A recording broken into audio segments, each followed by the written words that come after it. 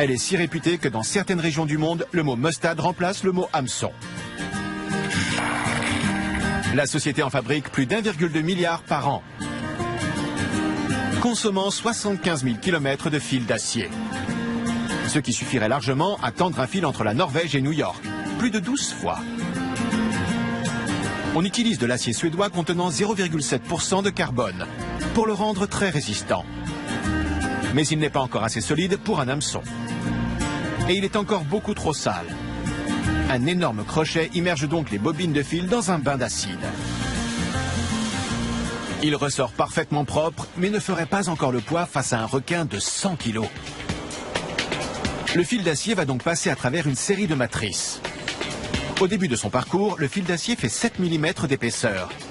Mais il passe par des ouvertures de plus en plus petites, qui rendent le fil plus fin et plus résistant. Au final, le fil est plus solide, mais ne mesure plus que 4,05 mm de diamètre. Le fil est prêt pour la machine à hameçon.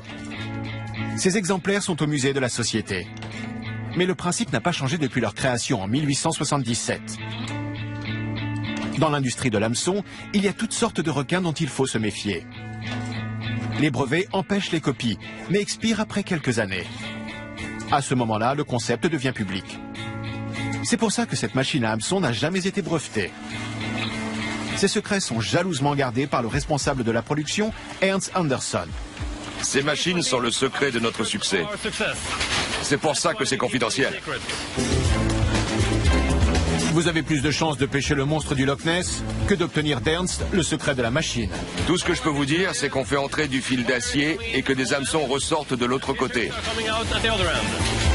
Merci Ernst. Le fil pénètre dans la machine et il est plié en forme d'hameçon. Un œillet est percé à une extrémité pour attacher la ligne. L'ardillon est découpé juste sous la pointe. Et pour finir, l'hameçon est aiguisé. Le problème des hameçons conventionnels est que s'ils sont avalés, ils s'accrochent au tube digestif du poisson. Ils sont donc inutilisables pour les pêcheurs sportifs qui veulent relâcher leur proie. La compagnie a donc conçu une solution révolutionnaire. L'hameçon circulaire, spécialement conçu pour s'accrocher uniquement dans la bouche du poisson. Mais ces hameçons n'attraperont rien pour l'instant. Ils sont trop mous et un requin les avalerait comme des spaghettis. Tomrad Peterson nous en fait la démonstration. Quand je les reçois, je peux les plier facilement. Ils sont trop mous. Alors on les durcit.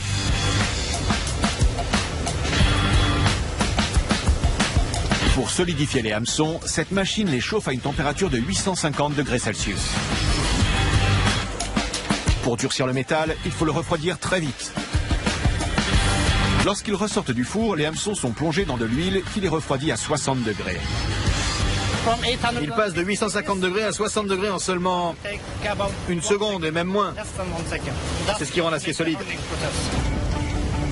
Après ce traitement de choc, Tomrad ne peut plus plier les hameçons. Mais il n'est pas aussi fort qu'un requin de 3 mètres. Heureusement, Ernst dispose d'une machine qui permet de tester les hameçons. Cet hameçon est censé supporter un poids de 75 kg. On est maintenant à 100 kg. Cet hameçon résiste sans problème aux charges pour lesquelles il a été conçu. C'est une mauvaise nouvelle pour les requins et les barracudas.